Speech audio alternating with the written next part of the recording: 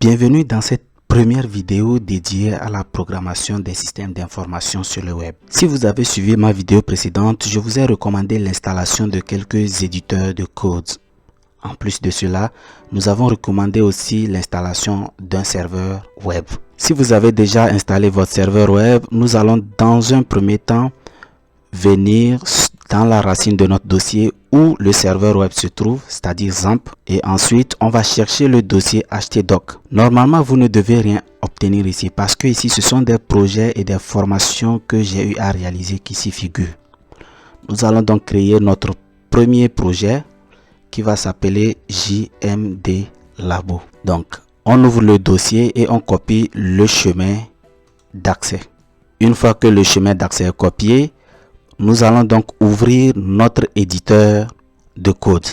Moi, je vais utiliser WebStorm. Vous pouvez utiliser le Visual Studio Code. Si vous avez des difficultés, n'hésitez pas de me contacter ou de prendre rendez-vous avec moi pour que nous puissions essayer de se débugger. Donc, je vais créer mon nouveau projet ici dans htdoc. Je vais parcourir le fichier et puis coller. Donc, si je colle, vous allez remarquer que je sors directement sur JMD Labo. Je les sélectionne et je fais OK. Ensuite, entrée. Donc j'ai mon nouveau projet qui est créé. Pour l'instant, rien ne s'affiche. Comme vous l'entendez, les systèmes d'information sur le web, c'est de la programmation web. Mais nous allons appliquer ça au domaine des systèmes d'information. Donc ce que nous allons faire, c'est que nous allons d'abord créer nos trois fichiers de base, c'est-à-dire le HTML, le CSS et le JavaScript. Donc je vais faire clic droit et puis File. Puis je choisis HTML. Je vais l'appeler index.html. Ça, c'est mon premier fichier. Le second fichier que nous allons utiliser, ce serait le JavaScript. Je vais appeler ce fichier main.js. Puis je fais Entrée. Et enfin, je vais créer mon dernier fichier qui va s'appeler le style.css. Nous y reviendrons sur les trois fichiers. Maintenant, il faut un dossier qui va contenir l'ensemble des données que nous allons afficher sur nos cartes. Pour ce faire, je vais créer spécialement un dossier que je vais appeler data. Ce dossier va contenir l'ensemble des données que nous allons utiliser tout le long de notre projet. Je viens de finir la création de mes fichiers. Donc, ce que je vais faire maintenant, c'est qu'il faut trouver un moyen de lier tous ces trois fichiers. Donc, pour trouver le moyen de les lier, nous allons les lier sur notre index.html. Je vais créer un lien pour le fichier CSS. Donc, si je tape link, j'obtiens ici link CSS. Et donc, il me montre directement ici par défaut, il a mis style.css. Si de base, j'avais mis ici un autre nom, c'est-à-dire autre nom, par exemple style.chat, ici doit être style.chat. Pour savoir si le logiciel retrouve ou bien le lien marche, faites CTRL et puis faites clic droit dessus. Vous allez normalement ouvrir le fichier style.css. Dans le cas contraire, il vous dira que le fichier n'existe pas. Donc, je vais aussi lier dans le même fichier index.html mon fichier JavaScript. Donc, descendez juste en bas à la 10e ligne. Vous créez la 11e ligne.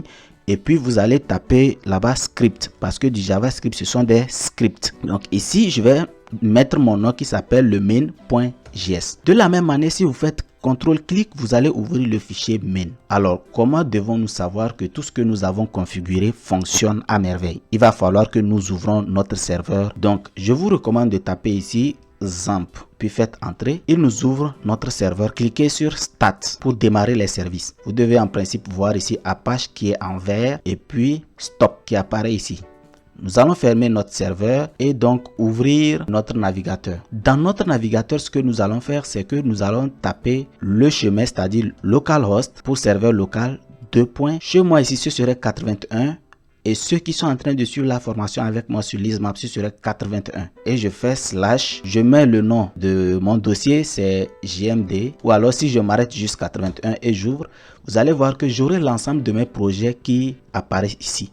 Je peux cliquer sur JMD Labo et donc j'ai une page blanche. Oui, une page blanche parce que jusqu'à présent, nous n'avons rien écrit dans notre fichier. Pour savoir si cela fonctionne vraiment, on peut revenir dans mon fichier index entre les balises body à la 9e ligne et puis je vais me permettre de taper par exemple H1. Je vais mettre H1 et je pourrais dire SIG Web. Si je reviens sur ma page et que je rafraîchis, vous allez voir que SIG Web s'affiche effectivement. Donc, nous voyons clairement que notre serveur fonctionne à merveille. Je vais importer mes bibliothèques cartographiques. Pour importer les bibliothèques cartographiques, cartographique, je mettrai ce lien en description. Nous allons utiliser Leaflet dans un premier temps. Donc, pour préparer notre page, nous avons besoin de ce lien en premier. Je vais le copier et puis le coller juste ici. Je fais entrer, je vais copier le second lien et également je vais le coller juste ici. Si je reviens dans mon navigateur et que je rafraîchis, jusque là rien ne se passe, mais nos bibliothèques ont été très bien importées. Dans la prochaine vidéo, je vais vous montrer comment nous allons afficher notre toute première carte. D'ici là, portez-vous bien.